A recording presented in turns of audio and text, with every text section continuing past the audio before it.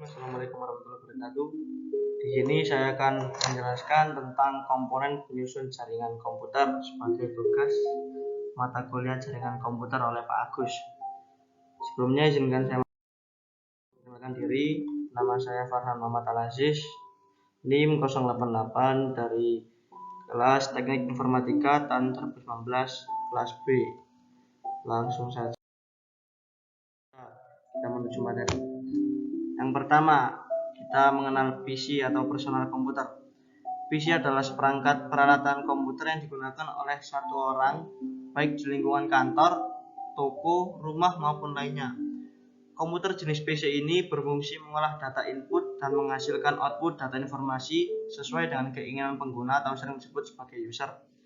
Dalam pengolahan data, mulai dari memasukkan data hingga menghasilkan informasi, komputer memerlukan sistem yang merupakan kesatuan elemen sebagai berikut. Yang pertama, hardware atau perangkat keras adalah sekumpulan komponen perangkat keras di dalam komputer yang secara fisik dapat dilihat, diraba, dan dirasakan.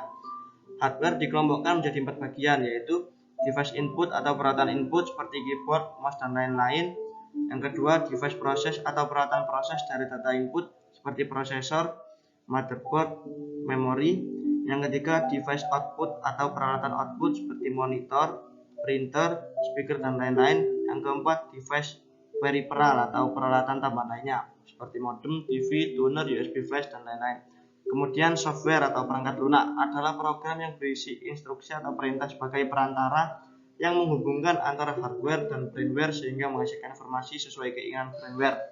Software dibagi menjadi 2 golongan, yaitu yang pertama software operation system seperti DOS, Windows, Linux, dan lain-lain.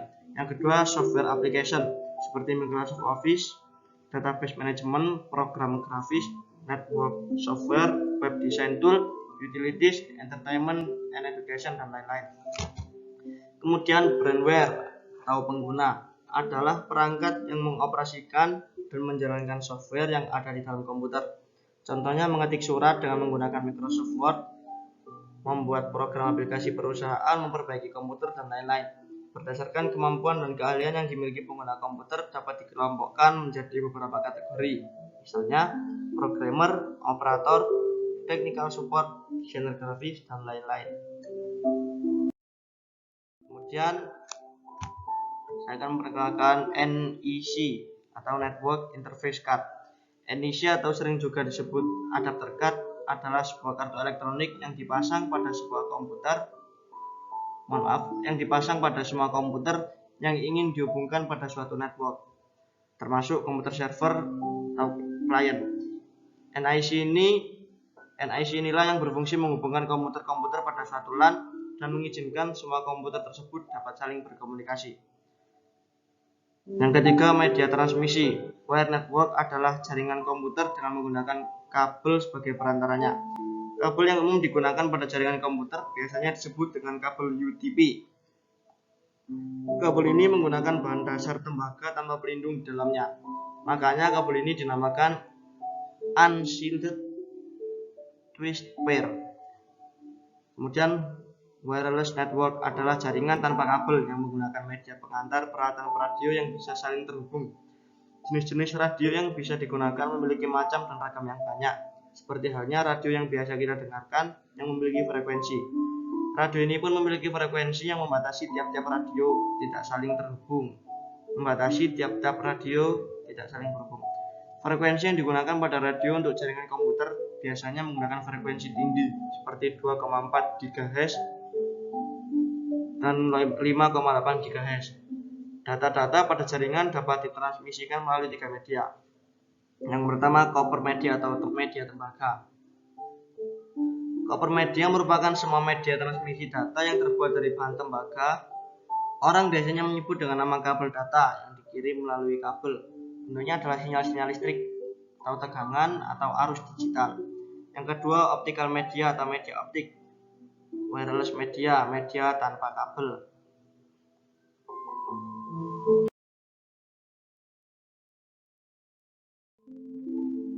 Kemudian lanjut ke jenis-jenis kabel yang dipakai sebagai transmisi data pada jaringan.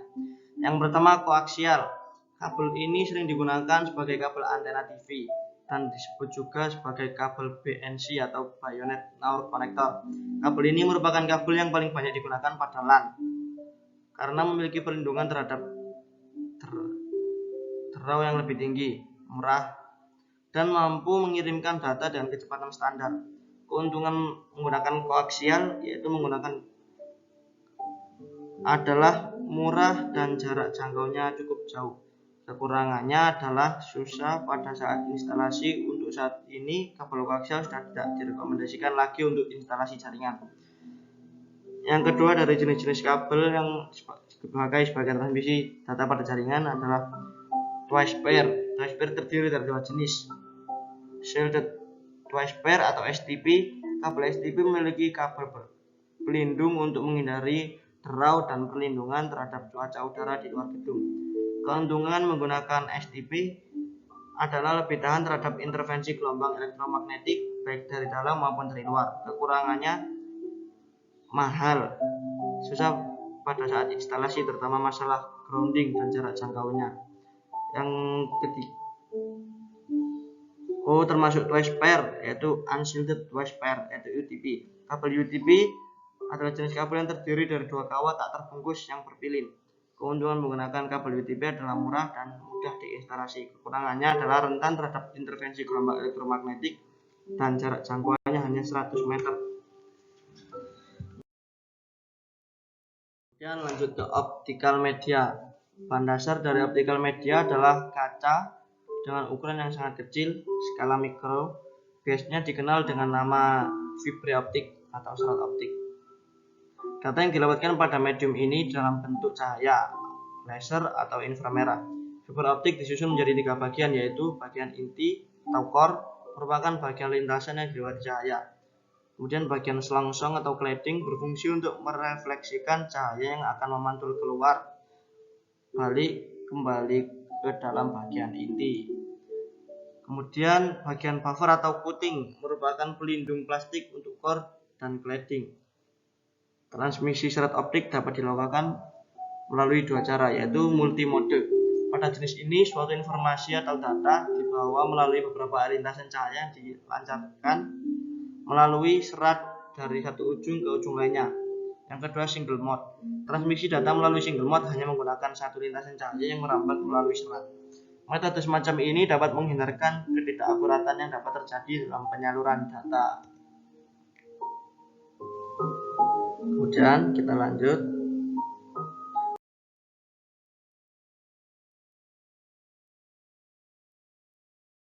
Dari keuntungan fiber optik antara lain, yang pertama kemampuannya yang baik dalam mengantarkan data dengan kapasitas yang lebih besar dalam jarak transmisi yang cukup jauh. Kecepatan transmisi yang tinggi hingga mencapai ukuran gigabytes serta tingkat kemungkinan hilangnya data yang sangat rendah. Keamanan fiber optik yang tinggi, aman dari pengaruh intervensi sinyal radio, motor maupun kabel-kabel yang berada di sekitarnya. Membuat fiber optik lebih banyak digunakan dalam infrastruktur perbankan atau perusahaan yang membutuhkan jaringan dengan tingkat keamanan yang tinggi. Optik aman digunakan dalam lingkungan yang mudah terbakar dan panas.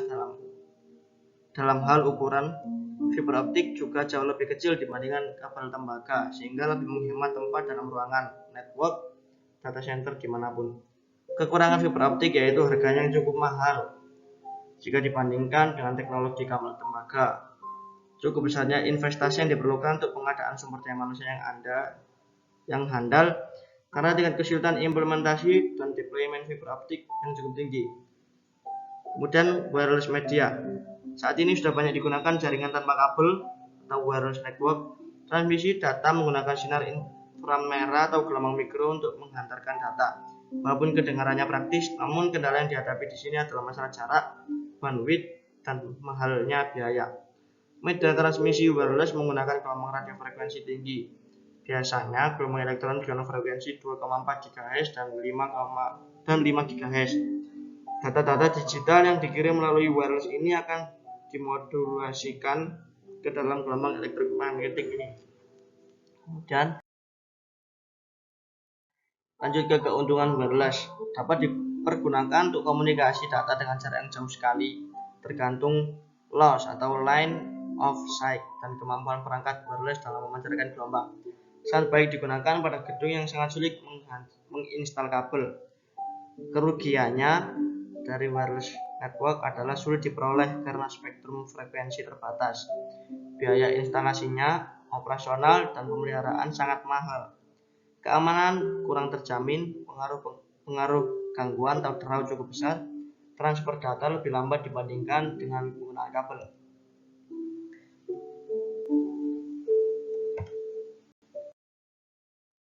Kemudian kita lanjut ke network device.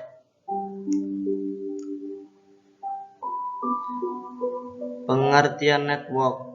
Network adalah jaringan dari sistem komunikasi data yang melibatkan sebuah atau lebih sistem komputer yang dihubungkan dengan jalur transmisi alat komunikasi membentuk satu sistem. Dengan network, komputer yang satu dapat menggunakan data di komputer yang lain, dapat mencetak laporan di printer komputer yang lain, dapat memberi berita ke komputer yang lain walaupun kelainan area. Network merupakan cara yang sangat berguna untuk mengintegrasikan sistem informasi dan menyalurkan arus informasi dari satu area ke area lainnya. Network dan DDP (Distributed Data Processing) masih merupakan hal yang sulit dibedakan untuk beberapa orang. Network dan DDP memang sangat berhubungan erat, tetapi berbeda konsep. Network merupakan konsep dari jaringan kerja sistem komunikasi data. Network dapat melibatkan hanya sebuah sistem komputer saja dengan beberapa terminal di lokasi yang berbeda atau melibatkan beberapa sistem komputer di lokasi yang berbeda. Sedang DDP merupakan salah satu dari bentuk sistem komunikasi data. DDP dari definisinya harus melibatkan dua atau lebih sistem komputer yang independen tapi dapat berhubungan satu dengan yang lainnya. Jadi DDP harus terdiri dari komunikasi data dua atau lebih sistem komputer. Sedang network dapat terdiri dari sebuah sistem komputer saja dan beberapa terminal. Network dapat berupa offline communication system, remote job entry system, real-time system, time sharing system, ataupun DDP system. Karena semakin murahnya komputer mikro dan alat-alat input atau output lainnya, maka DDP network sekarang banyak diterapkan. Komponen network. Komponen dari suatu network adalah node dan link. Node adalah titik yang dapat menerima input data ke dalam network atau menghasilkan output informasi atau kedua-duanya. Node dapat berupa sebuah printer atau alat-alat cetak lainnya, atau suatu PC atau mikrokomputer sampai mainframe komputer yang raksasa atau modem atau multiplexer. Link adalah channel atau jalur transmisi atau carrier untuk arus informasi atau data di antara node. Link dapat berupa kabel microwave system, laser system, atau satelit system. Network yang masing-masing node terletak di lokasi yang berjauh dengan satu yang lainnya menggunakan link berupa jalur transmisi jarak jauh disebut dengan wide area network. Sedangkan network yang masing-masing node terpisah dalam jarak yang lokal dan menggunakan link berupa jalur transmisi kabel disebut sebagai LAN, local area network. Kemudian pengertian dari WAN dan LAN. WAN, wide area network, merupakan jaringan dari sistem komunikasi data yang masing-masing node berlokasi jauh satu dengan lainnya. WAN disebut juga dengan nama remote network atau external network atau long distance network. Kemudian LAN, local area network, adalah suatu network yang terbatas dalam jarak area setempat. Network ini banyak digunakan dalam perusahaan yang menghubungkan antara departemen-departemen dalam satu gedung. LAN berbeda dengan external network. LAN dapat menggunakan kabel untuk transmisi datanya sebagai link, sedang external network masih perlu menggunakan jalur-jalur komunikasi tambahan, misalnya telepon, satelit, dan lain-lainnya. Biasanya LAN berbentuk star network atau bus network. Terdapat sejumlah perangkat yang melewatkan aliran informasi data dalam sebuah LAN. Penggabungan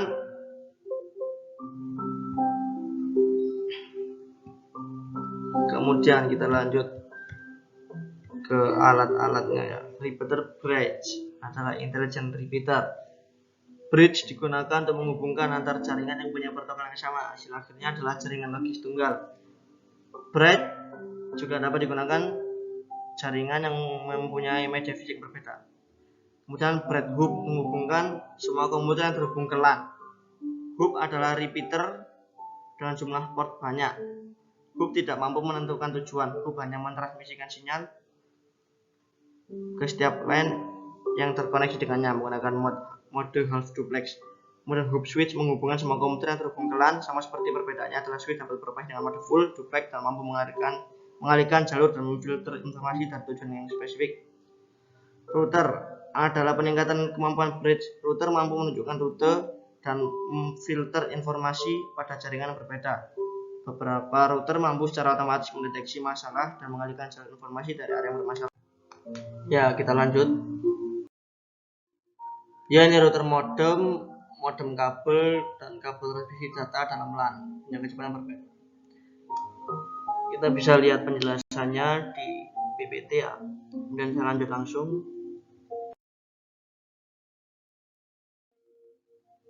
High speed network, medium speed network, macam-macam speed dan network operation system.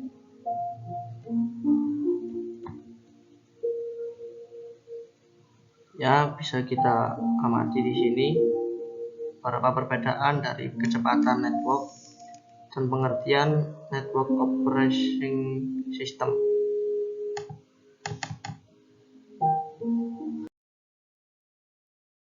Ya, sekian dari saya.